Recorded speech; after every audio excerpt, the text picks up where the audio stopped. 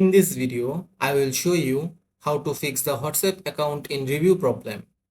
You may be wondering why this happened.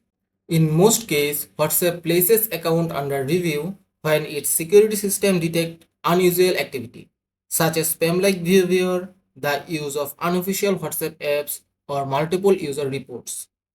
However, sometimes genuine accounts are also reviewed by mistake. If you haven't violated WhatsApp's policies, you can request a review and wait for WhatsApp's decision. First, go to the Play Store or App Store and check whether a new version of WhatsApp is available. If there's an update, install it. Now, tap on App Support. Then tap the email address. This will automatically redirect you to your Gmail app.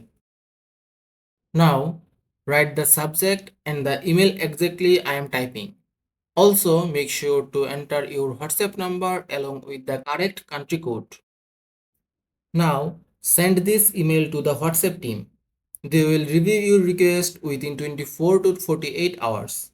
If you haven't violated WhatsApp terms of service, your account may be restored.